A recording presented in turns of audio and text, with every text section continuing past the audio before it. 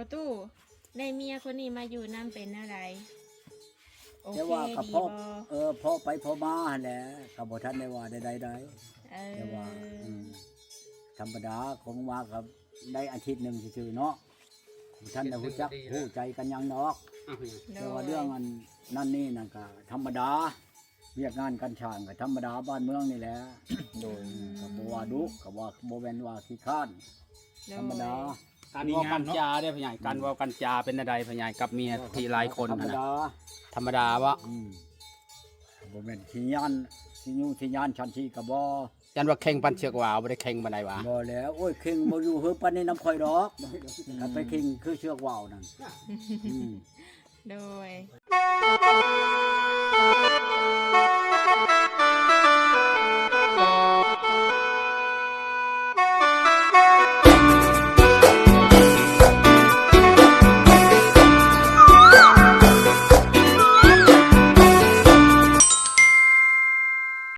คักแล้วเนาะพ่อใหญ่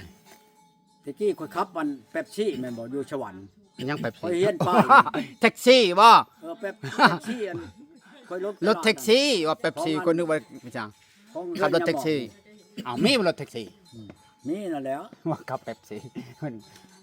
ข่อยไปชงกล้วยชงหยังให้เมียยาหมอกนี่ทดแทนหมอก อ้าว อยู่ บ่แม่นรถแท็กซี่รับใช้ส่งคน ไป ส่งคนนำบ่ รถชงคนนั่นแหละ ส่งคนส่งเครื่องเนาะ ส่งเครื่อง ช นำ งเครื่องชงคนนั่นแหละ บางคนก็ฝากเครื่องเนาะ ข่อยมีฮอดแปลกมีข่อยขับรถตะกี้ไปสิว่าอย่างข่อยขับรถกัน มันยังแปลกมี อัน นั่นรถตะกี้บ่จักแน่ผม มันยังแปลกมีพ่อใหญ่ ป้าเทพจักฮอดแปลกมีบาดนี้ป้าเธอนั่งชื่อรถเออ ใบขับขี่หั่นบ่ อันนั้นแหละแปลกมีท้องแปลกมีแหละอันนั้นเจ้าน้ำบ้านนอกขนาดบ่จักแปลกมีนี่ป้า ก็เอิ้นแปลกมีว่ะ แล้ว จักแล้วอันนี้ใบขับขี่นี่ก็โหอย่าดอก ไปกับขี่นี่ก็ห้องกันสมัยใหม่ อัน ๆ นี้ เนาะ นะ แปลกมี เขา บ่ ว่า ตะกี้ หัวผู้หนูไปใหม่บ่จักฮอดแปลกมี อันนี้ก็บ่ฮู้คือกันมันจะคอยเจะฮู้ว่าแปลกมี เจ้า เจะฮู้ว่าแปลกมี แปลกมีใบ คอยบ่ฮู้กับใบขับขี่คอยฮู้อยู่พ่อใหญ่เอ้ย ป้ายนี่ข่อยรู้จักครูป้ายโลดเจ้าไปเลยแม่นหยังอันนี้เจ้าอ่ะเขาเฮ็ดแม่นหยังอันนี้น่ะข่อยบอกเจ้าโลด ตายเนี่ย เอาป้ายอันโดยหัวทางกันแล้วทางขดทางชื่อบ่มีนั่นมีทางไข่ตาหนางตินยังข่อยรู้จักเบิดอยู่ตะหน้าพูดเขาเฮ็ดแม่นเลยนี่ อืม เจ้าถามข่อยโลดเขาเฮ็ดหยังอันนี้ เป็นจุดๆเขา ข่อยสิบอกเจ้าโลดข่อยเฮียนครบเบิดไดเอ้ยเรานี่อยู่ในสนามอยู่ในเชโนนี่อันผู้เที่ยงกันกับข่อยเบิ่นั่นน่ะเราเห็นโนอนข่อยอันขับรถตะกี้ข่อยขับรถอันนั้นชามล้ออยู่ในเชโนนี่ เอาล่ะรถทำรอได้ขี่รถเป๊ปซี่ก็ได้ขี่ ได้ขับหมดทุกอย่างเลยพ่อใหญ่ฟังบ่อน รถตุกๆนะเข้าห้องรถตุก ก็พ่อใหญ่ ห้องละแบบเนาะตุกๆช็อกโกแลตเนี่ยเขาเอิ้นหลายอย่างอยู่รถแต่ละคันเนี่ยว่าไงประตู ขั นี่ บรถทัวร์เนาะพ่อใหญ่ ได้ผ่านมาแล้วประตูในจุดนี้เนาะ ๆปาเถอะรถทัวร์หยังรถอัน อ่า ตะกี้รถอันแก้ไม้น่ะนะรถกองบัวตะกี้น่ะของพลังน่ะ โอ้ คนขับ รถวัดทันบ่พ่อใหญ่รถวัดทันบ่ อุ้มนี่ไปกับข่อยนี่ได้แม่แง่นี่เมืองภูมิเจดีนี่แม่แง่นี่บ้านม่วงไข่นักกะลาน่ะ โดย นี่รถเบาเอาบักอุ้มเอานี่อยู่ในบักอุ้มตายแล้วยังเมียยังอยู่เดี๋ยวนี้บ้านม่วงไข่เดี๋ยวนี้ขับรถกับอุ้มแก่โปไม้ข่อยอยู่ในลักชีนี่โปไม้ของอันผู้แทนหมอกนั่น ขับรถไกลใหม่อีก เอ้าขับรถแก่ไม้แล้วข่อยจะมีแปลกมีน่ะรถกองบัวของพลังตะกี้น่ะ โดย ไปเว่าไปชัง พังวอนะพ่อใหญ่นะมันธรรมดาเนาะ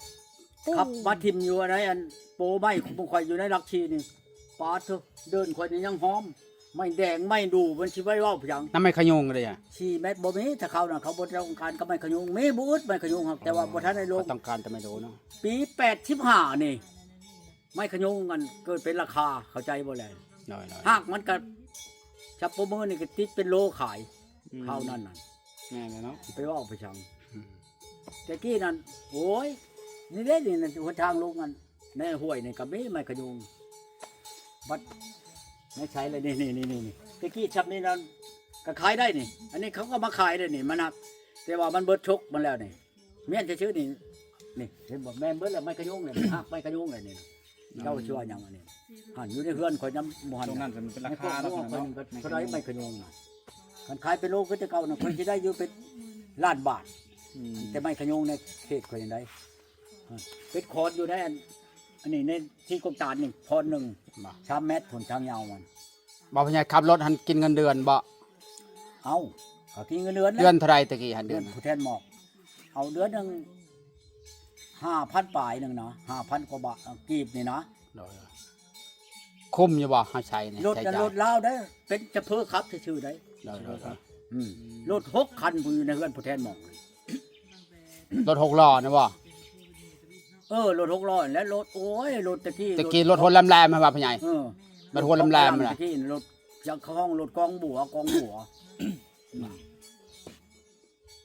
ทีนี้บ่มีฮอดแหนบมันนี่รถนั่นน่ะ จะไปใส่อะไร แล้วมัน เนาะ ไปอยู่ใช้ บ่มีว่ารถอันนั้นแบบนั้น บ่มีค่อยหาก็บ่เห็น เออ ของรถพลังแต่ข้าว รถ น่ะ ตะกี้เนาะ แต่ข้าวพลัง รถรุ่นทหารพลังมันบ่า โอ้ย รถชี้ไปทางพ่อใหญ่ที่ชี้เขียวบ่ตะกี้ฮะ ข่อยเชงเอาแป๊กมีมันนี่มันสิไปเว้าเราจ้างให้ข่อยเบิดจักหลายปานใด6,500เงินนั้นเวียงจันทน์ โดย ฮู้ปันชี้ชว่างวงนี่ฮู้เงินนั่นที่เว้านั่ เอา น ตะกี้เนาะ เงินอันเจ้าชี้ชว่างวงนี่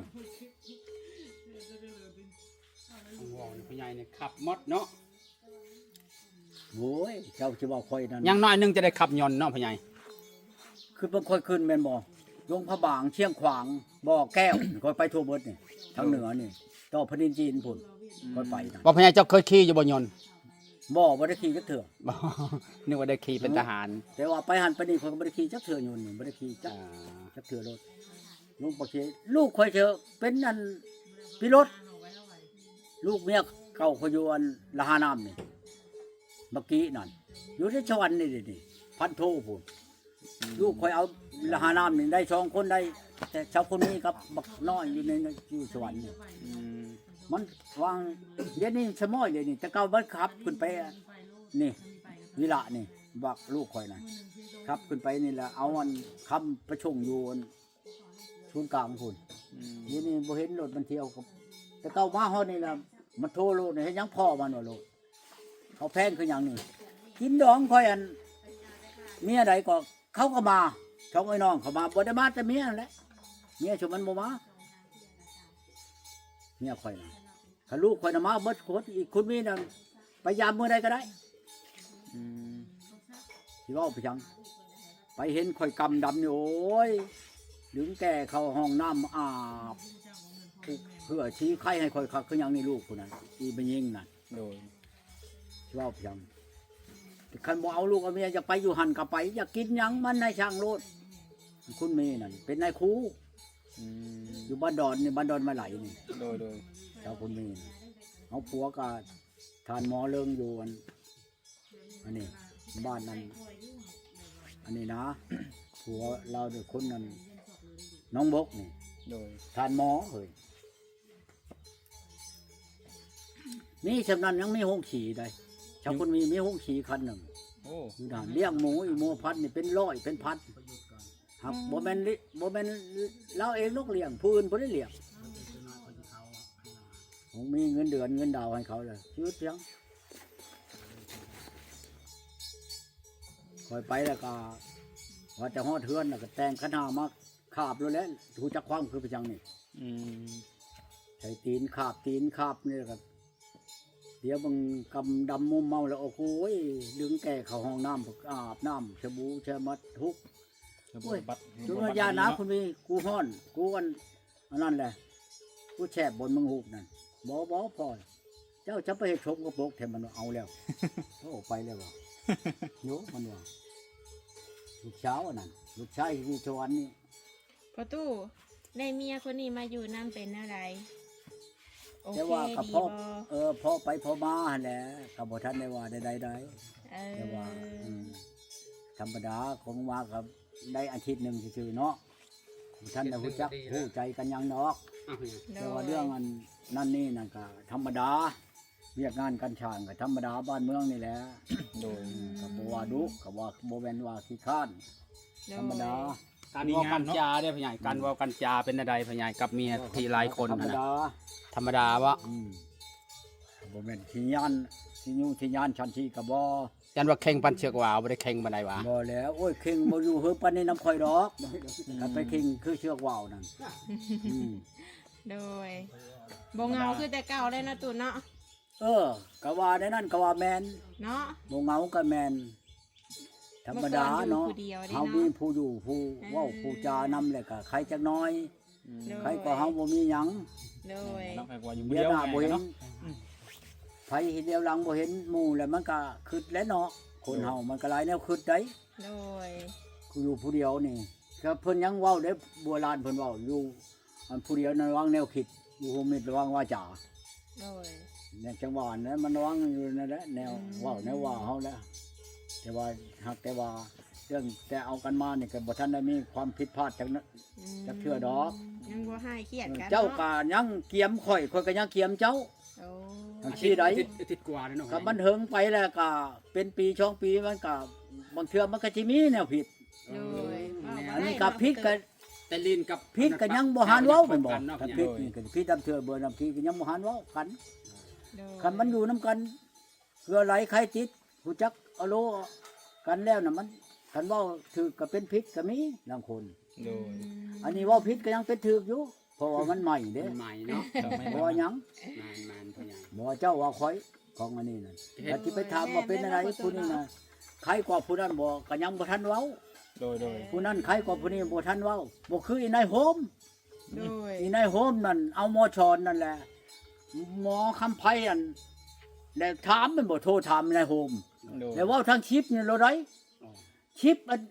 อันอีตาก้อนน่ะบ่ทำอีตาชอนนั่นเว้ากับข่อยนั่นข่อยสิบ่เว้าดีกับชั่วคนก็บ่เว้ากับเมียนี่ผู้ใดดีก็ดี โดย ข่อยบ่เว้าว่าอีนายโฮมนั่นชั่ว ให้อยู่กันเป็นปีกันเนาะ อีนายโฮมน่ะบ่ดีข่อยก็บ่ได้เว่าอีนายโฮมน่ะเว้ากับข่อยก็ตามข่อยสิเฮ็ดเพียง โดย กับอีนายโฮมอันจะเฮ็ดหยังแล้วไปเฮ็ดน่ะข่อยบ่มักแท้ๆเฮ็ดแบบอีนายโฮมนั่นคันไว้มากไว้มันเอาเมียบ่นอนบ่อันนี้ยังข่อยเอามันใจดีจะชำนาญได้ น้อย เพราะบางคนยันอีนายโฮมหมุนปัดปูนอันเฮ็ดแบบอีนายโฮมนั่นแต่งบัดข่อยนี่แต่งบัดเอาไปเชิงบัดพูนพูนจากเชิงมาเชิง ยอก โยไผมักในนั้นเจ้ามักบ่เอาเมีย บ่แล้ เอาแม่ ว ข่อยสิไปเชิงเมียเจ้า ตัดคอเลยแล้วคันเมียคอยนี่บ่ ฮะ คอเลย แล้วมันมัก โดย มักแล้วมันก็เป็นอันนั้นแหล้ว คนเสียเงินไปจะให้หมู่เซิงก็ บ่มักหยังหน่อยนะโฮมน่ะมักแนวเดียวนั่นแหละ เออ ฉันบ่กับข่อยหรอก น้อย ไผมักแนวนั้นน่ะเอาข่อยฮู้จักอยู่ข่าวเดี๋ยวนี้ก็ดีบ่แม่นคนบ่จัก อันผู้เคยเฮ็ดเคยอันนั่นกันน่ะพยายามในร้าน เออ บัดลูกหนีบัดร้านกับอันป้าเพันนอนนำกัน โอ้เนาะแนวนั้น ฮ่า ก็ ฮ่า มี ถือบ่ได้นั่น จังหวะให้พอดีเนาะ เออข่อยนำบ่ถือข่อยน่ะ อาจจะเคย ผู้อยู่เฮือนใกล้น่ะเว้าข่าวให้ข่อยฟังอยู่ฮักก็ตามมันเรื่องของเขาเนาะ โดย เออเรื่องของหมาเทวดาบ่ต้องยุ่ง โดย ไผมักในนั้นก็หามันในนั้น โดย คือกันกับปุ๊บข่อยย่านข่อยตีอ้าวข่อยบ่ตีดอกตีเพียง เนาะ ตีมันก็มันตีหมู่ได้เงินใครละบ่ตีช้ำบ่พอหมู่ไปไม้หัว ตี ตัว ห จั มู บ เสียเงินนี่นะ เสียเงิน ยัน ที่ ข่อย ประตู ไม้หัวนั่นแหละจะปุ๊บข่อย เออ ไปแล้วบ่มาเลย ของตัวเฮ็ดผิดแหละสิว่าจัง ประตูเมียคนนี้คนที่เท่าไหร่ประตู อันใด เมียผู้นี้ฮะคนที่เท่าไหร่ ชาว คนที่เศร้าเดี๋ยวบอก เออ ป้าฮอดเศร้าแล้วประตู เช้าแล้ว นับเบิ่งรถก็ได้ หัก แต่ แต่แต่งอลีอลอนั่น18เมีย แต่งนี่ ในชอเมียน่ะบ่ทันได้แต่งมันไปก่อน โอ้ เมียนั่นบ้านปะนามนี่ เมืองบุรพาแข่งขมวนนี่ผู้หนึงอันนี้มาได้8มื้อบ่ทันได้ขอทำมื้อก่อน เมื่อ อัน เนาะ นี้ก็บ่ได้กับเมียคือกันแล้วมาของเว้ากันกับพ่อแม่เขาเลยอ ปล่อย ยู่ คนเป็นเมียแล้วเนาะ มาอยู่น้ำข่อยจะ8มื้อเลย เมียที่สองนี่แม่นอยู่อันบ้านนั้นมณฑมเทศมวก โดย อันนี้น่ะผู้เช้าบ่ทันได้เอาผัวจักเทื่อนี่น่ะ โอ้ ผู้นี้น่ะมาแล้วจังซี่ได้โลนชื่อนั้นชื่อโลน เออ ชื่อมันน่ะอีติ๊กวันนี้ โอ้ย คนที่ใช้ชื่อโลนน่ะมันเป็นเห่าในหัวนี่กินจนว่าสิว่าแท้หัวบ่นี่แท้ให้มันบ่ให้มีเห่านะแล้วเขาห้องว่าอีโลนอีหัวโลนน่ะหัวโลนเลย โด ไป ย สื่อใหม่เลยเนาะ แล้วค่อยไปเมื่อนั้นน่ะ หักแต่ว่าบัดเวลาค่อยเอาเนี่ยผมมันก็ยาวตกแอวพี่หรอกมันแต่ยังน้อยนะนี่ เอา เขา แต่น้อยบ่เนาะมาซื้อ บ้านนี่ ไป นะ ที่มาซื้อคำว่าโหลดนี่เลย เมื่อน่ะค่อยไปแปลงอันไปปัวคน โดย อยู่ในบ้านนาทมมันแหละเขาอยู่ในเฮือนพ่อแหล่แล้วเขาไม่ทางไปจากชั้นเด็ดบัดนี้เขาย่างกายไปช่องเอ้ยน้องเขานั่น อืม เอาผู้เช้าบ่รู้อันผู้เฒ่าอันผู้ย่างอันในหนทางน่ะผู้แพทย์ปกหัวก็บ่ได้บ่เขาช่องเอ้ยน้องอันนั้นผู้แพทย์ปกหัวนั่นน่ะอันแม่ห้างลูกหนึงอันลูกมันแล้วว่าไปนํกันน่ะผู้หนึงน่ะผู้เช้าว่าทำบ่ทันผัวจักเทื่อว่าซั่นเอามานี้ค่อยว่าห้องหยังเอาห้องหยังก็มาซะก่อนติว่ะเขาลงมาบัดนี้มาแล้วเขาขึ้นมาฮอดเรือนเขาก็นั่งมานี่ล่ะผู้เจ้าเคยกินอยู่บ่ต้มไก่เขาก็เคยกินแล้วก็เคยกินแล้วทากินเขายังต้มไก่อยู่เรือนครัวนี่ โดย ทากระทาแล้วก็แล้วเขาก็ทากินต้มไก่กินต้มไก่ต้มนั่นแล้วก็ถามเจ้าเอาผัวแล้วบ่ทันเอาผัวจะเถื่อข่อยมาผู้นี้เนี่ยผู้นี้นะผัวได้ลูกหนึงเอาป้ากันแล้วป้าแล้วป้าได้จะปีป้าได้3 ปีแล้ว โดย เป็นหยังจะกรณีป้ากันตีกันบ่หรือนะตีนั่นแหละผัวตีเรานี่ว่าซั่นบ่สิได้ป้าพอเราให้ป้าเป็นหยังตีกันโอ้ยมันบ่ถือกันนี่แหละย้อนนั่นยานี่แหละว่าซั่นกินยาเสพติดแต่มาแหละตีกันกับเมียว่าซั่นนะกินข้าวยาแล้วค่อยสิเมื่อลิ้นเฮือนบ่เจ้าได้บ่มาเมื่อก็เมื่อแล้วเขาอ่ะ อืม เมื่อลิ้นน้ำหมูค่อยละหมูบ่แม่นว่ามีลูกมีเมียได้บ่ข่อยบ่มีเมียว่าเมื่อก็ได้ว่าเมื่อแล้วก็ดินเว้าล้มกันเขาก็หาน้ำหาในออกมาแล้วก็เขาก็หาชุบหน่อไม้มาชุบกินมัน โดย กินแกง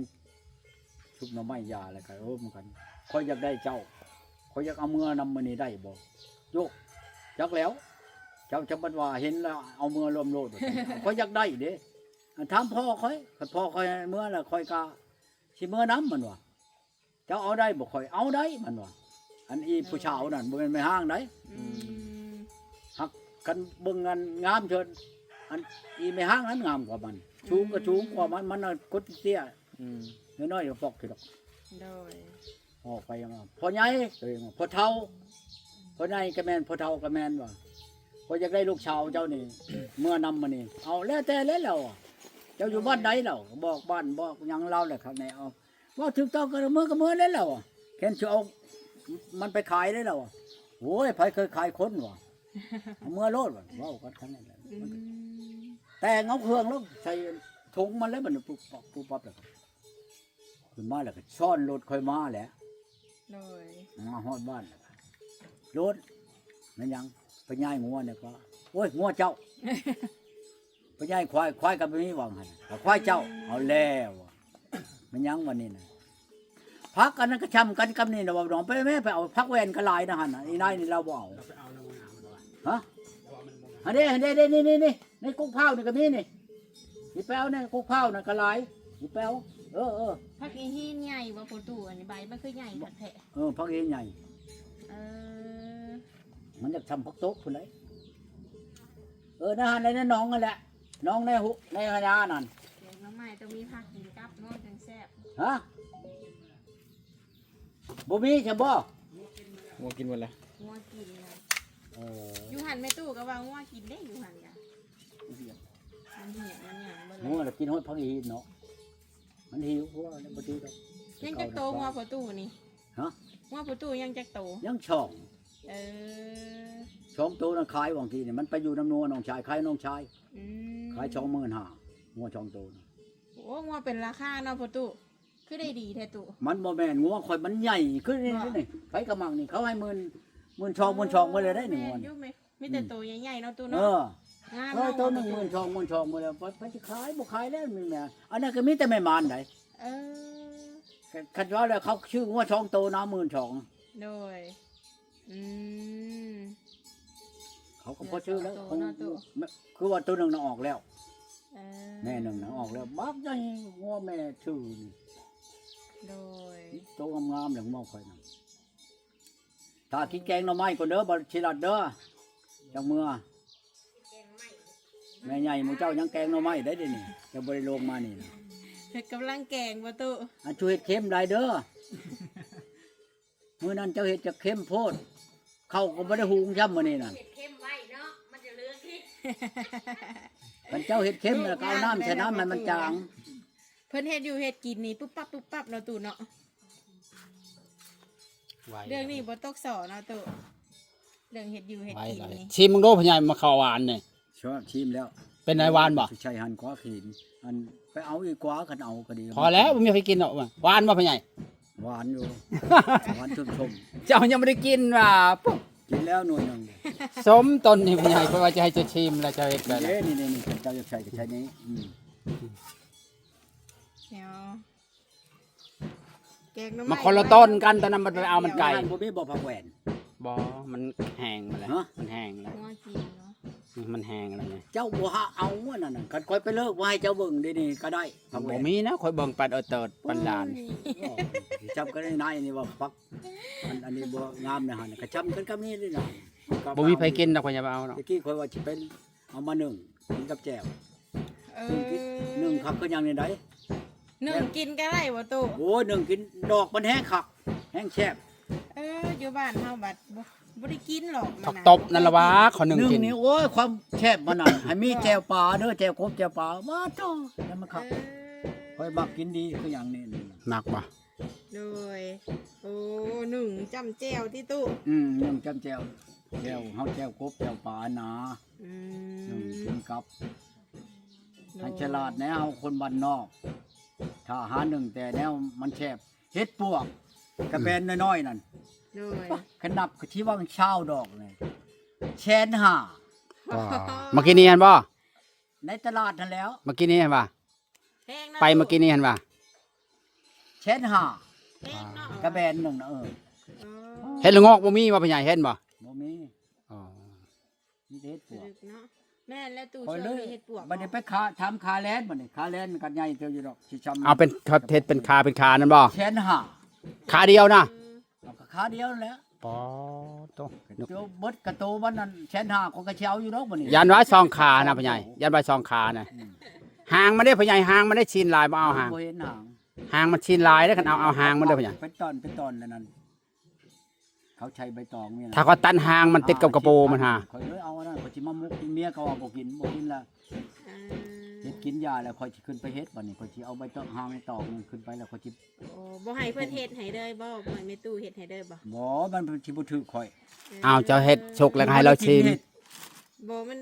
บ่คักเนาะตู้เนาะ เอาแล้วหลังเทื่อหมู่เฮ็ดจางเลยของเฮ็ดบ่ได้อยากกิน ก้อยพญายก้อยใช่นั้นบ่ชมแล้วกันก้อยพอดีคักเขาก้อย แปลว่าหมู่บ่ได้กินแล้วหมู่เฮ็ดแล้วก็ยาแล้วเอ้าเขาว่าข่อยบ่ได้ชิมแล้วก็แล้วแม่นบ่นี่อยากเฮ็ดให้หมู่ แม่นได้เนาะโหตู้เนาะ เอาแล้วเฮ็ดกินเองเฮาของหมู่บ่ได้กินน้ำเฮาเด้อ อืมแม่ตู้เพิ่นได้หยังสามากินน่ะ เราน่ะ แม่น เอา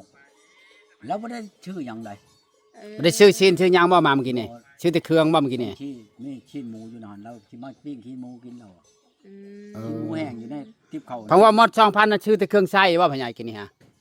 เออ กระแป้งโทรศัพท์เนาะ โทรศัพท์เราแล้วแพงกว่าหมูชีแสน โดย จำซื้อหยังก็หมด4,000นึงฮะกระเพเนาะ เอาเว้า หมด2,000 กาแฟ อันนี้น่ะมันเบิดหน่อยแล้วค่อยไปเบิด2,000 บาท บ่ นักเธอเบิดฮอด5,000ผม โอ้